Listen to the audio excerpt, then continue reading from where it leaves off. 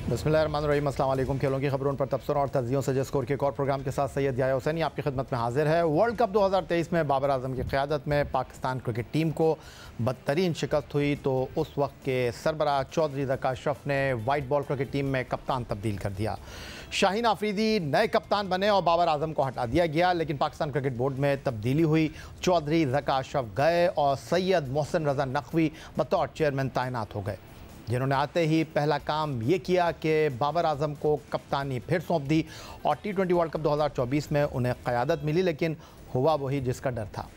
बाबर आजम की क़यादत में पाकिस्तान को अमेरिका जैसी टीम से नाकामी का सामना करना पड़ा और पाकिस्तान पहले ही राउंड से बाहर हो गया। Chairman Pakistan cricket board Syed Mohsin Raza Naqvi ने टीम में सर्जरी का बयान दिया, लेकिन महीने गुजर गए, टीम में कोई तब्दीली ना हुई। 26 अगस्त 2024 को chairman Pakistan cricket board Syed Mohsin Raza Naqvi ने प्रेस कॉन्फ्रेंस करते हुए ये बयान दिया कि पाकिस्तान क्रिकेट बोर्ड के पास डेटा नहीं है। अब वो चैंपियंस कप की सूरत में इवेंट करा रहे हैं, जिसके बाद डोमेस्टिक सतह पर बेहतरीन खिलाड़ियों का डेटा मिल जाएगा और फिर वो परफॉर्मेंस के बुनियाद पर टीम में तब्दीली करेंगे। प्रॉब्लम कहाँ पे है कि हमारे पास इस टाइम सिलेक्शन कमेटी के पास कोई बैंक मौजूद नहीं है जो बताएं कि जी ये 100 प्लेयर मौजूद है, इसमें से आप खिलाड़ियों को सिलेक्ट कर लें। अगर हम सर्जरी की बात करते थे या बाकी चीज़ें करते थे, वो इसलिए करते हैं कि हमें डेफिनेटली जहाँ पे हमारी प्रॉब्लम है उनको ठीक करना है, मगर उसके लिए जब पीछे मुड़ के देखते हैं तो हमारे पास लोग ही मौजूद नहीं हैं या वो डेटा मौजूद नहीं है जिसके तहत हम कहें कि अच्छा ये 4 खिलाड़ी रिप्लेस अगर करने हैं तो ये 10 की लिस्ट है या 25 की लिस्ट है। वो बिल्कुल निज़ाम दरम बरम था। ये चैम्पियंस कप जो हो रहा है इसके में हमारे पास टैलेंट बहुत अच्छा आएगा, हमारे पास रिकॉर्ड मौजूद होगा, उसके बाद जिसको जिस तरह करना होगा हम कर लेंगे। सर्जरी का मसला ये कि आपके पास सारे टूल मौजूद होने चाहिए, सारी चीज़ मौजूद होनी चाहिए। हमारा इंशाल्लाह ताला एक दफ़ा चैम्पियंस कप हो जाए, हमारे पास रिकॉर्ड सारा मेंटेन हो जाए। कुछ था कुछ नहीं था, बहुत सारे प्लेयर्स थे जो बहुत अच्छे खिलाड़ी थे बट वो ऑन बोर्ड नहीं थे, लिस्टों में नहीं थे, तो उसका बेस्ट हल यही है, ये डोमेस्टिक क्रिकेट हमारी इससे बहुत स्ट्रॉन्ग होगी। हमारे पास एक प्लेयर्स का 150 प्लेयर्स का पूल मौजूद होगा, उसके बाद जिसकी सर्जरी होनी है, जिसने आना है जाना है, वो सिलेक्शन कमेटी बड़े आराम से कर लेगी। पाकिस्तान क्रिकेट बोर्ड के चेयरमैन सैयद मोहसिन रज़ा नकवी ने चैंपियंस कप से नए टैलेंट को कौमी टीम में शामिल करने का बयान 26 अगस्त को दिया, जब पाकिस्तान को पहली मरतबा बांग्लादेश के हाथों पहले टेस्ट में नाकामी हुई और इसके बाद बांग्लादेश ने दूसरा टेस्ट जीतकर भी सीरीज़ में क्लीन स्वीप किया।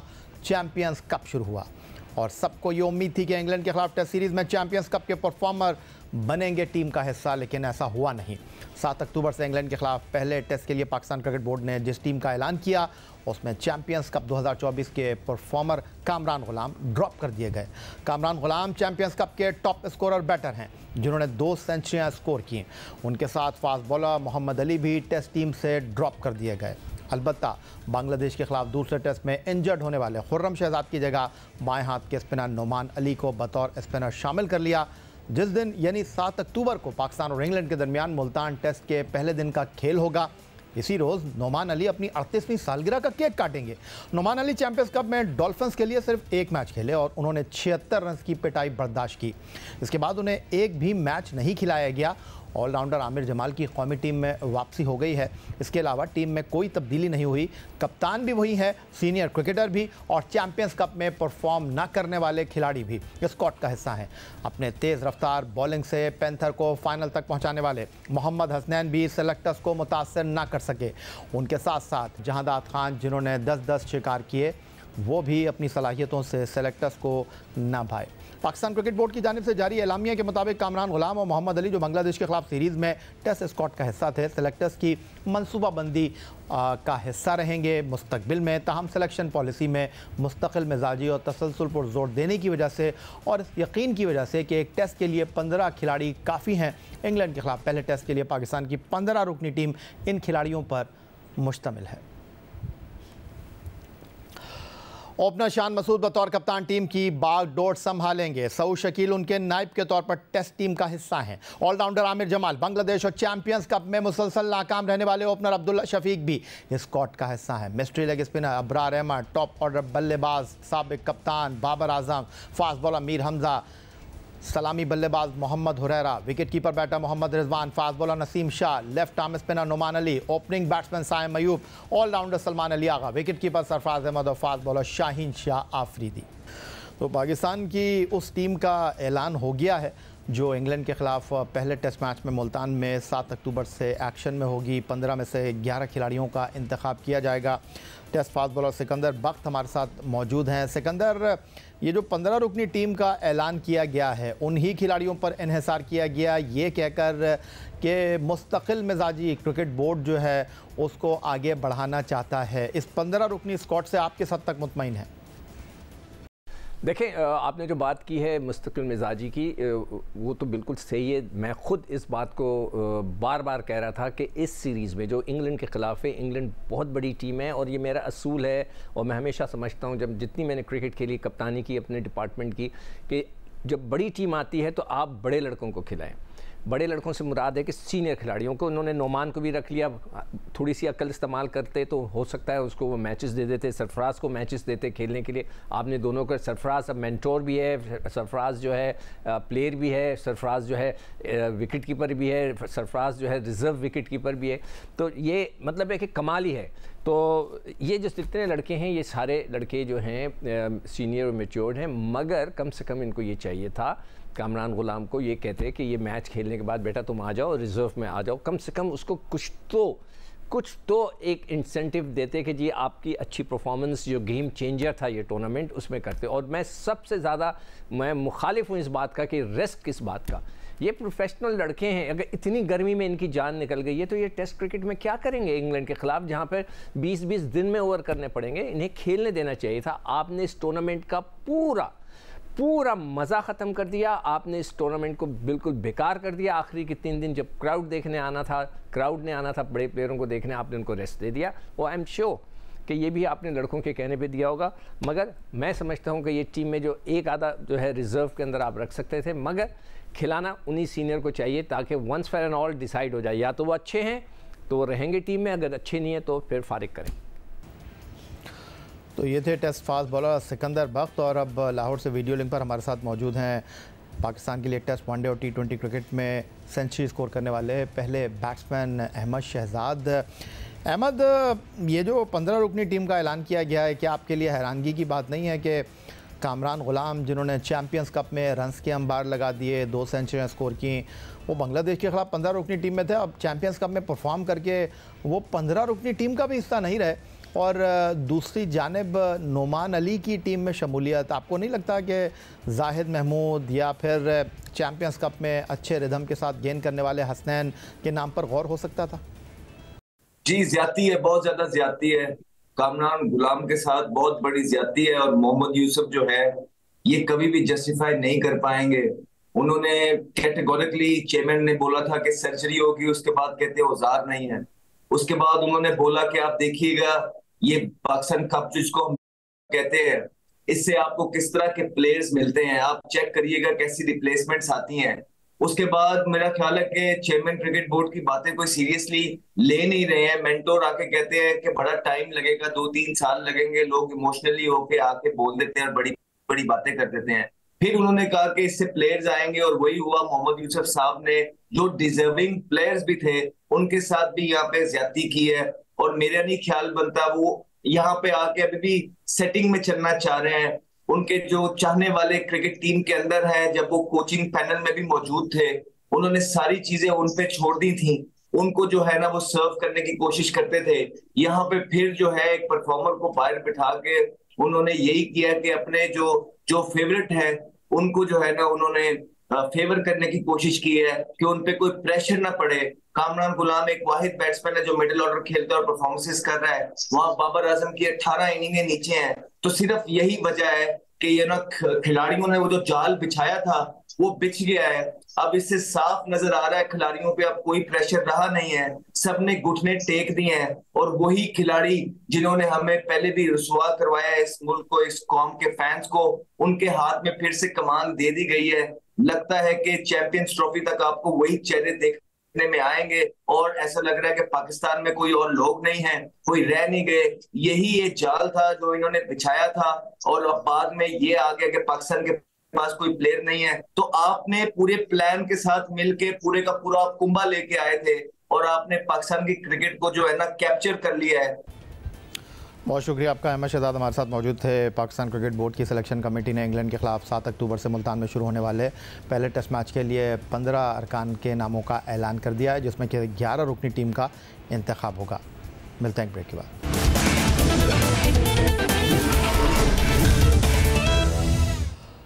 तवील अरसे बाद पाकिस्तान हॉकी टीम मैदान में कुछ कर गुजरने के आज़म के साथ दाखिल हुई।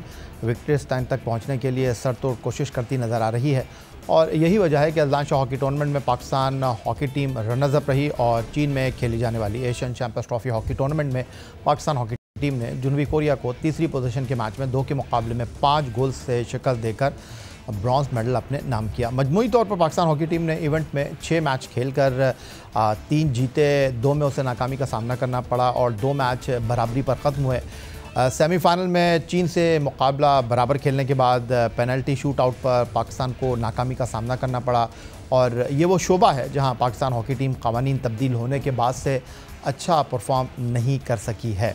मगर तीसरी पोजीशन के मुकाबले में पाकिस्तान हॉकी टीम ने अच्छा परफॉर्म करके ब्रॉन्ज मेडल जीत लिया। दूसरी जानिब पाकिस्तान हॉकी टीम ने इन दोनों इवेंट्स में कामयाबी समेटकर ख़ुद को बेहतर साबित करने की कोशिश तो की है, लेकिन ये भी हकीकत है कि इन इवेंट्स में टॉप यूरोपियन टीमें शामिल नहीं थीं, जिनमें नीदरलैंड, जर्मनी, इंग्लैंड, बेल्जियम और ऑस्ट्रेलिया जैसी टीमों का नाम काबिल ज़िक्र है।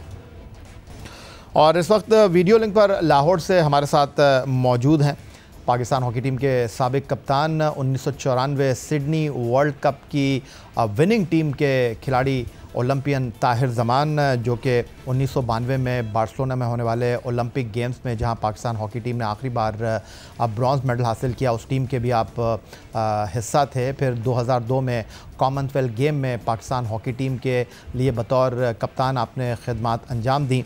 आजकल इंटरनेशनल हॉकी फेडरेशन के एजुकेटर एंड ट्रेनर के ओहदे पर आप काम कर रहे हैं और पाकिस्तान हॉकी फेडरेशन ने Asian champions trophy hockey tournament में बतौर हेड कोच आपकी खिदमत हासिल की। पाकिस्तान हॉकी टीम के लिए बतौर स्ट्राइकर 252 बैनुल अक़वामी मुकाबलों में ओलंपियन ताहिर ज़मान ने 134 गोल करने का एज़ाज़ अपने नाम किया है। खुशामदीद कहूँगा ताहिर आपको आज के इस प्रोग्राम में। और सबसे पहले मैं ये जानने की कोशिश करूंगा कि ये जो टास्क आपको मिला Asian champions trophy hockey tournament से पहले आपको खुद नहीं मालूम था कि पाकिस्तान हॉकी टीम के साथ आप जा रहे हैं, क्योंकि रोलन ऑल्टमन्स के हवाले से ये खबरें आ रही थी कि उनको पाकिस्तान हॉकी टीम को चाइना में ज्वाइन करना है। तो आपका तजुर्बा कैसा रहा पाकिस्तान हॉकी टीम के साथ? जी, सबसे पहले बहुत शुक्रिया याया भाई, thanks for having me on the show. ये एक मुश्किल फैसला था और बड़ा सख्त फैसला था, दूसरे लफ्ज़ों में मैं ये कहूँ, लेकिन मुझे ऐसा लगा कि शायद इस वक्त ज़रूरत है पाकिस्तान हॉकी को। और टू बी वेरी ऑनेस्ट, काफ़ी अरसे से बाहर दूसरे मुल्कों में काम करते करते अब ये सोच ज़्यादा स्ट्रॉन्गली जो है वो कहीं ना कहीं मुझे इस चीज़ के ऊपर उकसा रही थी कि मुझे पाकिस्तान की हॉकी में कंट्रीब्यूट करना चाहिए। सो एनीवेज मैंने I just take up this challenge और मैंने कोशिश की कि जो मौजूदा हालात हैं उसमें प्लेयर्स को सिर्फ उन्हीं लाइंस के ऊपर गाइड करूं जिनकी उनको ज़रूरत है, कुछ ज़्यादा चेंजेस ना करूं। और अल्टीमेटली मैं ये कहूँगा कि ब्रॉन्ज मेडल जो इस एशियन चैंपियंस ट्रॉफी में हासिल कर लेना एक अच्छी परफॉर्मेंस को इंडिकेट कर दिया खिलाड़ियों की। ओलंपियन ताहिर ज़मान साहब, आपने वेलफेयर की बात की, पाकिस्तान हॉकी टीम के खिलाड़ियों की एक बहुत ही अहम मौजू है और मैं ये नहीं कहूँगा कि इस चीज़ से आपका बराह रास्त ताल्लुक़ नहीं है, क्योंकि अब आप पाकिस्तान हॉकी टीम के हेड कोच हैं, तो बहरहाल इन चीज़ों का आपसे बराह रास्त ताल्लुक़ है। अगर आपके खिलाड़ी आसूदा होंगे तो आप उनसे पूरी जो है वो मेहनत करवा सकेंगे, लेकिन अगर खिलाड़ी जो हैं अपने डोमेस्टिक मसाइल में उलझे रहेंगे, उनकी तवज्जो अपनी नौकरी की तरफ होगी, तो आप कैसे उनको मोटिवेट करेंगे, ये एक बड़ा सवाल है। मैं ये नहीं कह रहा कि पाकिस्तान हॉकी फेडरेशन के जो सरबरा बुख्ती साहब हैं, उन्होंने जब आप लोगों ने तीसरी पोजीशन हासिल की, $100 हर खिलाड़ी के लिए जब ऐलान किया इनाम का, तो बड़ी हैरानगी हुई कि यहाँ पर पाकिस्तान हॉकी टीम के खिलाड़ियों को बमुश्किल जो हैं वो $100 इनाम के तौर पर दिए जा रहे हैं। डेली अलाउंस के तौर पर ख़बरें ये आई कि उनके नाम पर स्पोर्ट्स बोर्ड से जो है वो $150 से $200 लिए जाते हैं। उनके हाथ में गैर मुल्की दौरे पर 20,000 रुपये थमा दिए जाते हैं। अब आप मुझे बताइए कि $200 इज़ इक्वल टू कुछ 60,000 रुपये बनते हैं और खिलाड़ियों को आप 20,000 रुपये दे रहे हैं। मैं ये नहीं आपसे पूछ रहा कि वो 40,000 रुपये किसकी जेब में जा रहे हैं, लेकिन आप इनके कमांडर हैं, आप के ये जो सिपाही हैं, अगर इनके ही मामलात हल नहीं होंगे तो मामलात कैसे आगे चलेंगे? आपने इस चीज़ को एड्रेस किया है पाकिस्तान हॉकी फेडरेशन को कि भाई आप मेरे खिलाड़ियों को, और सितम ज़रीफ़ी ये है कि आपके खिलाड़ियों का कोई मैच फीस तो है नहीं, आपके खिलाड़ियों को $100 बेचारे बमुश्किल मिलते थे, वो भी अब पाकिस्तानी रुपये में कर दिए गए हैं। फिर सितम ज़रीफ़ी ये है कि जिस दिन आपका मैच नहीं होता उस दिन वो $100 भी आपको मिलते नहीं हैं। तो अगर आप अमेरिका गए हैं, लंदन गए हैं और लोग समझ रहे हैं यार पाकिस्तान हॉकी टीम के तो बड़े मज़े हैं, तो बेचारे होटल से बाहर निकलने का सोच भी नहीं सकते। बाहर निकलेंगे तो पैसे खर्च करने पड़ेंगे, उनकी जेब में डॉलर तो है ही नहीं, वो तो आपने पाकिस्तानी रुपये थमा दिए उनको। इसके ऊपर भी बात हुई है, मुझे लगता है एक तो पहले ही 20,000 से बढ़ा के 35,000 कर दिए गए हैं। नहीं, मेरा सवाल ये है ओलंपियन ताहिर जमान साहब, क्यों 35,000 रुपए कर दिए गए? जब आप स्पोर्ट्स बोर्ड से 150 या 100-200 डॉलर ले रहे हैं, वो क्यों नहीं दे रहे आप खिलाड़ियों को? ये आप बात कीजिए ना फेडरेशन से। ये बात तो पहले भी हो चुकी है, आप बिल्कुल सही कह रहे हैं, और मैं आपको यकीन दिलाता हूँ इसके ऊपर दोबारा से इसके ऊपर हमने बात की है और इसको इंशाल्लाह यकीनी बनाएंगे। प्लेयर्स की आसूदगी के बगैर कुछ मुमकिन नहीं है, आप बिल्कुल सही कह रहे हैं, ये बहुत जरूरी है क्योंकि मिसलेनियस में टूर के ऊपर पैसे बहुत कम होते हैं, तो लड़के चाह रहे थे कि उनको अभी कभी कुछ ना कुछ मिल जाए, तो इसलिए वहां पे उन्होंने कहा जी जो भी है वो आप हमें अनाउंस कर दें यहाँ पे। तो उस वक्त ये प्रेसिडेंट साहब ने फौरन उनको $100 दे दिए कि चलें कुछ कॉफी पी लें या कुछ लेनी है छोटी मोटी चीज तो ले लें। लेकिन इसमें कोई शक नहीं है, मैं हमेशा हामी रहा हूँ इस चीज का या भाई कि प्लेयर्स वेलफेयर पे काम करना होगा, उनकी मेडिकल इंश्योरेंस, उनके सेंट्रल कॉन्ट्रैक्ट्स, उनके अलाउंसेस हों, उनके लिए प्रोफेशनल लीग्स का इनकाद हो, पाकिस्तान में हो। हम कहते हैं, मैं तो ये इस चीज़ का भी हामी हूँ, फेडरेशन से बात भी की है, दोबारा भी करूँगा कि बाहर के मुल्कों में भी अगर उन्होंने लीग खेलने जाना है तो हम अपने डोमेस्टिक कैलेंडर को इस तरह मुरतब करें कि जब बाहर अच्छे मुल्कों में लीग हो रही हो तो हमारी डोमेस्टिक एक्टिविटीज कम से कम हो, ताकि हम उन प्लेयरों के लिए खुद फेडरेशन के प्लेटफॉर्म से बाहर लीग का इनकाद करें, ताकि उनको महसूस हो कि हम उन लोगों के ख्याल करते हैं, हमें उनकी जरूरत है और वी केयर अबाउट देम। सो ऐसे प्लान्स हैं जो हमने डिस्कस किए हैं। जरूरत इस चीज की है कि इनको बेहतर से बेहतर अंदाज में बैठकर दोबारा से डिस्कस करके फाइनलाइज करें और इसके ऊपर इंशाल्लाह इनको अमली जामा पहनाएं। प्लेयर्स की वेलफेयर पे काम करना होगा, इस चीज को बड़े अच्छे तरीके से भांप लिया गया है, महसूस कर लिया गया है, और मुझे उम्मीद है इंशाल्लाह कि प्लेयर्स की वेलफेयर पे काम करेंगे ताकि प्लेयर्स जो है अपनी मुआशी जो उनकी कह लें कि जो उनके मुश्किलात हैं उनसे वो बिल्कुल उनकी फिक्र नहीं होनी चाहिए बिल्कुल किसी किस्म की, वो बेफिक्र होके सारी तवज्जो अपनी हॉकी के ऊपर दें, और ये बहुत जरूरी है और इंशाल्लाह हम इसको जरूर अमली जामा पहनाएंगे।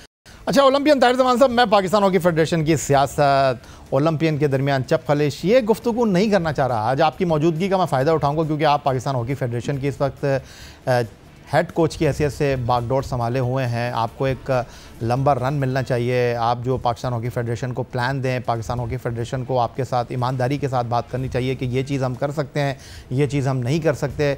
आपको फेडरेशन के मामलात में बिल्कुल नहीं पड़ना चाहिए, मैं इत्तेफाक करता हूँ, लेकिन खिलाड़ियों की वेलफेयर हो गई, पाकिस्तान हॉकी टीम के टूर्स हो गए, ये बड़ी इंपॉर्टेंट चीज़ें हैं। अब मैं आपसे एक बात करना चाह रहा हूँ आपकी मौजूदगी का फ़ायदा उठाते हुए, और वो ये है कि ये फेडरेशन जो है हमारी, चाहे पुरानी हो चाहे नहीं हो, उनको बड़े मसाइल रहते हैं कि जी हमारे खिलाड़ी लीग खेलने के लिए चले गए। भाई यहाँ पर खिलाड़ियों के पास नौकरी नहीं है। आप तो कोशिश करें कि जितने ज़्यादा से ज़्यादा आपके खिलाड़ी गैर मुल्की लीग खेलने के लिए जाएं, फिर आप उनको कैंप के नाम पर पाकिस्तान बुला लेते हैं। आप तो उनको इस बात की श्योरिटी दें, आप लीग खेलें, आप अपनी फ़िटनेस हमें बता दें, आप डायरेक्ट जो है हम जहाँ खेलने के लिए जा रहे हैं आप वहाँ टीम को ज्वाइन कर लें, और इस तरह आपके पास बैकअप तैयार हो सकता है कि एक तो खिलाड़ियों को माली आसूदगी मिलेगी और आपको नए खिलाड़ी मिलेंगे। ये एक अच्छी कॉम्बिनेशन नहीं बन सकती क्योंकि यहाँ पर तो आपको पता है पैसे का रोना चलता रहेगा। आपने अभी जैसे बात की कि हम लीग करा लेते हैं, भाई यहाँ पर तो पाकिस्तान हॉकी फेडरेशन के पास बस के किराए के पैसे नहीं हैं। हम जहाज़ में बैठने की बात कर रहे हैं, लीग की बात कर रहे हैं, हाई परफॉर्मेंस सेंटर बनाने की बात कर रहे हैं, तो यहाँ पर बेबी स्टेप लेने की ज़रूरत है ताकि पाकिस्तान हॉकी जो है वो चलती रहे। यहाँ पर डोमेस्टिक कैलेंडर ही ख़त्म हो गया पाकिस्तान हॉकी का। बात आपकी ठीक है, कोशिश ये की जा रही है, मैं क्योंकि जानता हूँ जब से डिस्कशन शुरू हुई हैं पाकिस्तान हॉकी फेडरेशन के ऑफिशियल्स के साथ, ये डेलिब्रेशंस जो हैं वो मेरा मतलब एक नहीं कई बार इसको हम डिस्कस कर चुके हैं कि कॉर्पोरेट सेक्टर को इन्वॉल्व करना पड़ेगा, माइक्रो स्पॉन्सर्स जो है, माइक्रो स्पॉन्सर्स जो है उनको ढूंढना पड़ेगा जो छोटे छोटे इवेंट्स के लिए स्पॉन्सर करें, ना कि हम सिर्फ बड़े स्पॉन्सर्स की तरफ देखें। बड़े स्पॉन्सर्स को भी ऑन बोर्ड लेना पड़ेगा, इसके बगैर गुजारा नहीं है। अगर हम खुद से बच्चों के लिए ऐसा ऐसे इंतजाम करते हैं कि उनको लीग की आसाइश मुहैया हो। जैसे देखिए कुछ बच्चे वापस आए हैं तो कुछ लीग खेलने चले गए हैं, उनको एनओसी फेडरेशन ने दे भी दिया है। अभी आगे आने वाले दिनों में हमारी कोशिश ये है कि जब दूसरे मुल्कों में जो अच्छी एक दो लीग्स हैं जो प्लेयर्स को ना सिर्फ फाइनेंशियल बूस्ट दें बल्कि उनके खेल को भी निखारें, उनको वहां पे खेलने से जो इंटरनेशनल एक्सपोजर मिले वो अल्टीमेटली पाकिस्तान हॉकी टीम के लिए फायदेमंद साबित हो। ओलंपियन ताहिर जमान साहब, आपका बेहद शुक्रिया। पाकिस्तान टीम के हेड कोच हमारे साथ मौजूद थे और कह रहे थे कि दुनिया कायम है, मायूसी कुफ्र है, कौमी खेल है पाकिस्तान का हॉकी। हम कोशिश करेंगे कि अपने तई जो मेहनत कर सकते हैं करें, मुस्बत अंदाज में कदम को आगे बढ़ाएं और अच्छे नताइज के लिए भरपूर कोशिश करें। यही आज का हमारा ये प्रोग्राम था। आप एक्स अकाउंट पर हमें फॉलो कर सकते हैं, हमें ईमेल कर सकते हैं, अपनी राय से आगाह कर सकते हैं score@geo.tv पर। इस दुआ, इस उम्मीद, इस तवक्को के साथ कि पाकिस्तान में खेल और खिलाड़ी तरक्की करते रहें। सैयद याहिया हुसैन को स्कोर की पूरी टीम के साथ अगले प्रोग्राम तक के लिए इजाज़त दीजिए। अल्लाह हाफ़िज़।